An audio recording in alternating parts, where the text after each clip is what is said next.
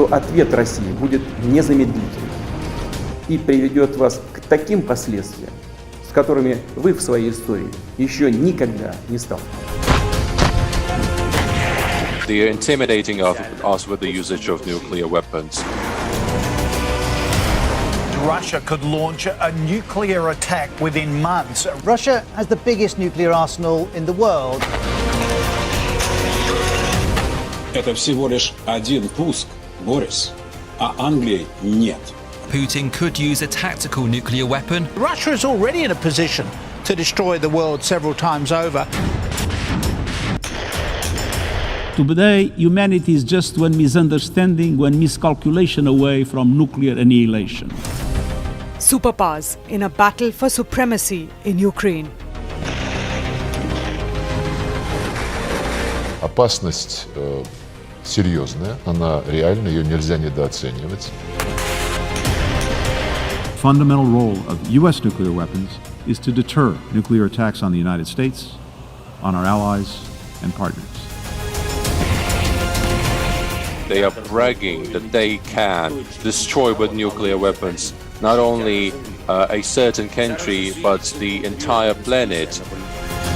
With nuclear-armed nations locking horns, could the course of war force Russia to resort to its deadly nuclear weapons? And in Putin's nuclear arsenal is the biggest weapon ever made, the world's largest ever nuclear device, the TSAR bomber, or the Emperor of bombs.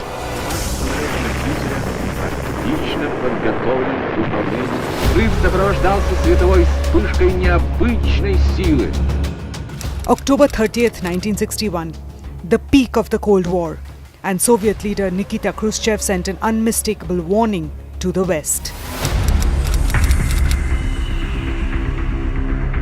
A Soviet Tu-95V bomber took off from the Olenia airfield in the Kola Peninsula, in the far north of Russia.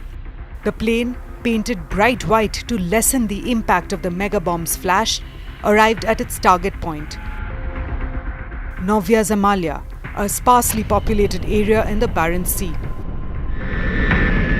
The pilot brought his Bear bomber to Mitushika Bay, a Soviet testing range at a height of 34,000 feet. Following him was another modified Tu-16 to film the blast that would make history.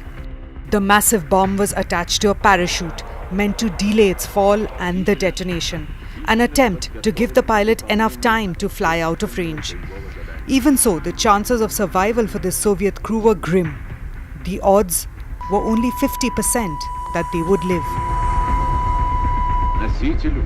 They reached their destination, opened the locks, and dropped their deadly cargo. At 11:32 a.m. Moscow time, the bomb exploded. It created a fireball 8 kilometers wide. The explosion produced about 57,000 kilotons of energy. It was so intense that the flash could be seen from 1,000 kilometers away. Severny, an uninhabited village 55 kilometers from ground zero, was leveled. All buildings within this radius were completely destroyed. Windows within hundreds of kilometers were broken. The bomb was detonated 4 kilometers above the ground to minimize radioactive fallout, but even then, the ground below the explosion was incinerated by the intense heat. The rocks turned to ash. The plumes kept rising until they reached nearly 65 kilometers high. The shockwave generated after the explosion was so big that it traveled 3 times around the Earth. On the ground, the heat from the explosion was so much that even 100 kilometers away from the blast site, it would have caused third-degree burns. And although the warhead was detonated miles above the ground, it generated a strong seismic wave with a magnitude of over 5. A Soviet cameraman described the explosion like this. The clouds beneath the aircraft and in the distance were lit up by the powerful flash. The sea of light spread under the hatch, and even clouds began to glow and became transparent. At that moment, our aircraft emerged from between 2 cloud layers, and down below in the gap, a huge bright orange ball was emerging. The ball was powerful and arrogant like Jupiter. Slowly and silently, it crept upwards. Having broken through the thick layer of clouds, it kept growing. It seemed to suck the whole earth into it. The spectacle was fantastic, unreal, supernatural. Имеющего ряд новых конструктивных особенностей.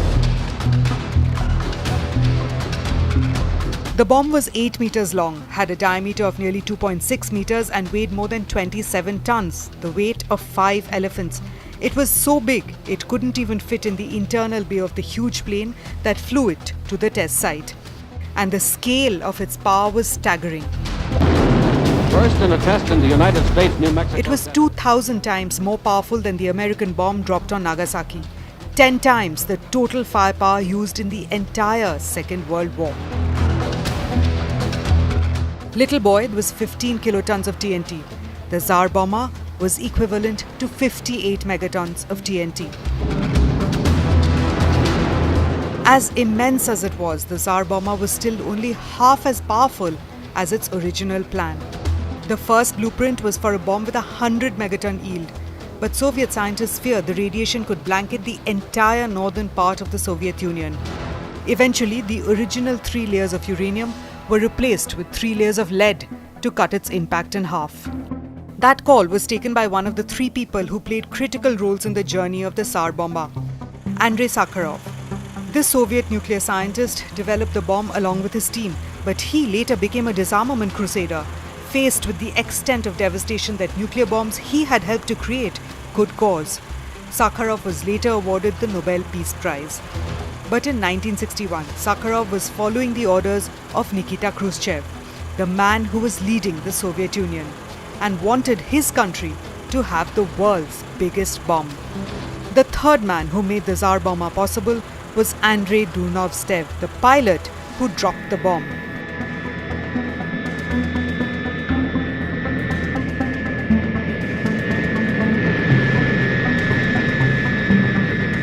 Durnovtsev managed to fly his plane almost 45 kilometers away before the bomb that he had dropped exploded. But the blast still knocked him off course, with his Bear bomber dropping nearly a kilometer towards the ground. Luckily, the pilot managed to regain control, and against all odds, the plane landed safely. Durnovtsev was later promoted to the rank of Lieutenant Colonel and named a hero of the Soviet Union. The TSAR bomber had one clear purpose: to make the West tremble as they watched the might of Soviet technology. Before the Cold War started in 1947, the race to acquire the world's most destructive weapon had already begun. The US had already conducted the world's first nuclear test in 1945, and in August the same year, it ended the Second World War by dropping 2 nuclear bombs on Hiroshima and Nagasaki. It was this display of American power that prompted Joseph Stalin to order the development of Soviet nuclear weapons within 5 years. In August 1949, the Soviet Union conducted its first nuclear test, codenamed RDS-1, at the Semipalatinsk test site in modern-day Kazakhstan. Meanwhile, the United States tested the world's first hydrogen bomb, called Mike, in 1952, and its biggest nuclear device called Castle Bravo in 1954. A frosty Cold War had given way to a nuclear arms race. Soviet scientists were also working on developing a hydrogen bomb and managed to test their first in 1955. But Nikita Khrushchev went a step further and ordered the creation of the most powerful bomb ever made. Although its code name was supposed to be Ivan or Vanya, most of the Soviet scientists who developed the world's biggest bomb, including Andrei Sakharov, called it just that, the Big Bomb. Khrushchev called it Kuzka's mother, a Russian phrase that means a lesson you will never forget. The Americans, who Khrushchev was clearly targeting, simply called it Joe 111, but its most evocative name is the one that stuck, the TSAR bomber, or the King of Bombs.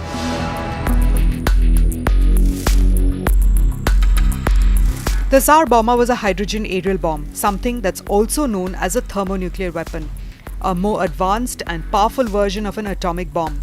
While atomic bombs use either uranium or plutonium in most cases, hydrogen bombs also need additional isotopes of hydrogen called deuterium and tritium. As a result, the reaction that causes the explosion is also different. Atomic bombs rely on fission, a process where the core of uranium or plutonium is compressed, which then splits into parts before releasing a huge amount of energy.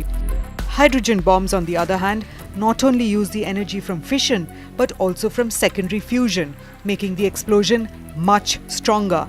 In fact, Andrei Sakharov, its maker, used the Sloika method by alternating layers of deuterium, an isotope of hydrogen, and uranium.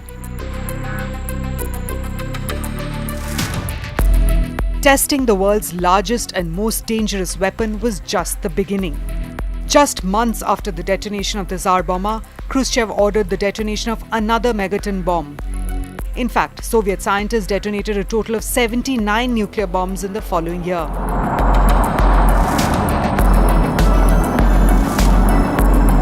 America too was keeping up the pace. Its nuclear tests in the Marshall Islands, for example, is something that the US is still paying reparations for. Between 1946 and 1958, the US cloaked the Marshall Islands in radiation worth 7,000 Hiroshima bombs. 7 miles into the sky, the orange firing cloud billows and surges. The world had to draw the line somewhere, and it did in 1963, when the two superpowers agreed to ban all above-ground nuclear tests, 2 years after the Tsar bomber explosion. In 1963, the United States, the United Kingdom and the Soviet Union signed the Partial Nuclear Test Ban Treaty, which prohibited nuclear tests in the atmosphere, in outer space and underwater. Over the years, the USSR and the US continued to test a large number of nuclear bombs. Between 1949 and 1990, the Soviet Union conducted 750 nuclear tests and the US 969. While the Soviet Union carried out these tests within its own borders, the US used several foreign test sites. After years of experiments, testing and explosions, the Soviet Union conducted its last nuclear test in 1990. For the US, it was 1992. The number of nuclear weapons in the world has significantly declined since the Cold War. Warheads have been reduced from approximately 70,300 in 1986 to an estimated 12,700 in early 2022. However, the world's combined inventory of nuclear warheads remains very high. 9 countries possess roughly 12,700 warheads as of 2022. Approximately 90% of all nuclear warheads are owned by Russia and the United States. Each own more than 5,000. The overall inventory of nuclear weapons in the world is declining, but the pace of reduction has slowed over the last 30 years. Of the world's 12,700 nuclear warheads, more than 9,400 are in military stockpiles for use by missiles, aircraft, ships and submarines.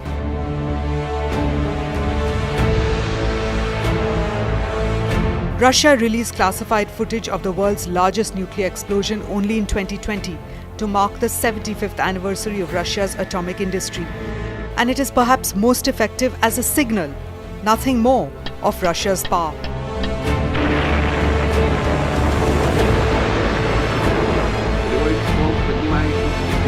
Its very size and scale make it difficult to use. Any plane that would have had to carry the Tsar bomber would not be able to carry enough fuel to reach its target.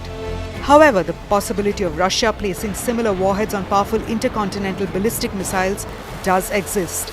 And this would bring cities on the other side of the globe into Moscow's crosshairs. 30 years after the end of the Cold War, the United States and Russia are yet again standing face to face over Ukraine. Both are nuclear armed.